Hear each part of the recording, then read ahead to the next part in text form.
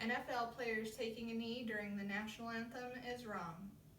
On Sunday, September 24th, 2017, more than 200 NFL players chose to take a knee during the national anthem. The decision came after tweets by President Donald Trump that began on Friday, saying, "Wouldn't you love to see one of those NFL owners, when somebody disrespects our flag, to say, 'Get that SOB off the field right now. Out. He's fired. He's fired.' Kneeling during our national anthem is wrong. It is disrespectful, unpatriotic, and ill-mannered." The NFL players felt that they would unite against President Trump in his tweet about firing those who kneel during the anthem. Many players chose to stand with arms locked as a sign of unity. President Trump took to Twitter to say that standing and locking arms was okay, but that kneeling during our anthem was not okay. The NFL players claim to rally together to show that they stand for peace and social change. But oddly enough, our American flag and the national anthem are what represents peace and change in this country. According to usflag.org, the color white on the flag represents purity and innocence. The color red represents hardiness and valor, and the color blue is for vigilance, perseverance, and justice. The star is a symbol of the heavens and the divine goal to which man has aspired from time immemorial. So obviously, the men kneeling on the field is inappropriate and unnecessary, as the flag already represents those things that they are trying to support. They would be better off standing with hand over heart in respect of that flag, setting a good example for our nation and especially our youth. The players spoke of standing up in the face of oppression against blacks, yet many of the Americans who are upset about the kneeling during the anthem are indeed black Americans.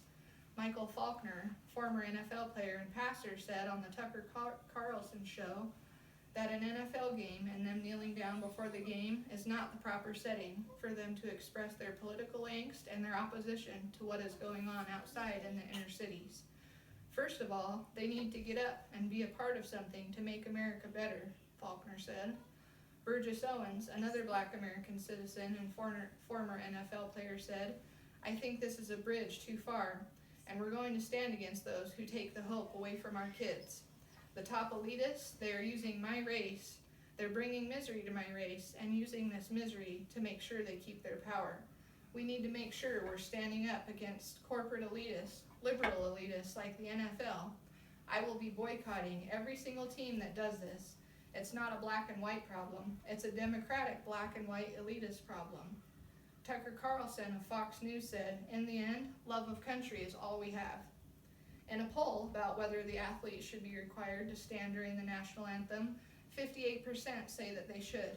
Only 33% didn't think they should, and 9% didn't know. Denise Rohan, National Commander of the American Legion, said that those who don't stand for the national anthem are misguided and ungrateful. "Having a right to do something does not make it the right thing to do," she said. "There are many ways to protest, but the national anthem should be our monument to stand together as one United States of America." Keith Harmon, a Vietnam vet and the VFW National Commander, said, "I stand for our flag and anthem, and I kneel for our fallen. That's what patriots do. We rally around the flag of our country, not use it and our Constitution as both shield and sword." He also said, "There's a time and place for civil debate, and wearing team jerseys and using sporting events to disrespect our country doesn't wash with millions of military veterans who have and continue to wear real uniforms on real battlefields around the globe." Last year, before the election, Colin Kaepernick took to one knee as a show of protest against the police brutality against black people. For the past year, the NFL and many of its players have distanced themselves from Kaepernick as a way of disapproval for his actions. Many thought his act of kneeling unpatriotic, yet now they are doing the same exact thing. Some teams didn't even bother to come out of their locker room during the national anthem. The Seattle Seahawks and the Tennessee Titans remained in their locker rooms until the anthem was completely over. The players jointly decided this was the best course of action. Our commitment to the military and our community is resolute, and the absence of our team for the national anthem shouldn't be misconstrued as unpatriotic, said the Titans organization.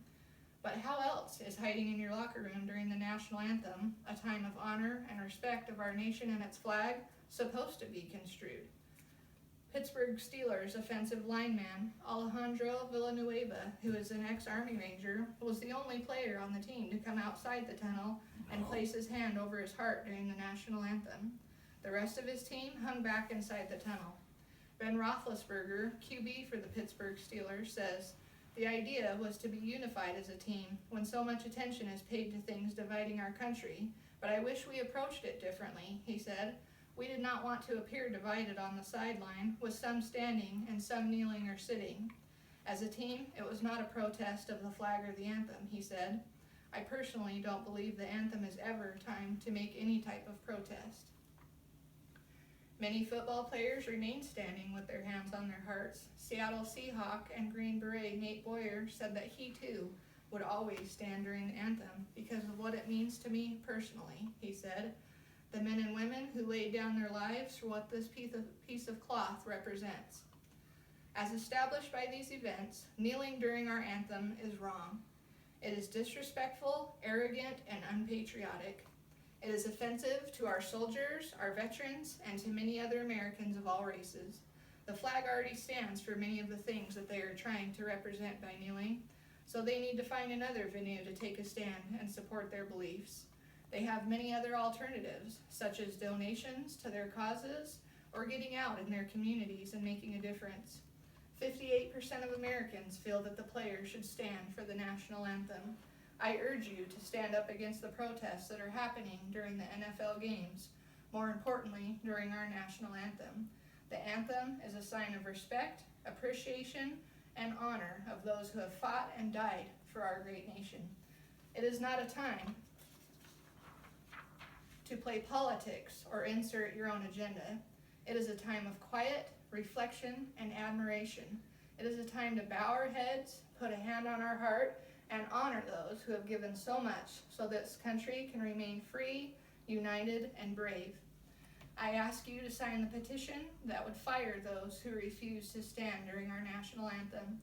If we don't take a stand against them kneeling, then we might as well be out there joining them. Change only happens when we all join together and stand up for what's right. George Washington said, "Guard against the impostures of pretended patriotism."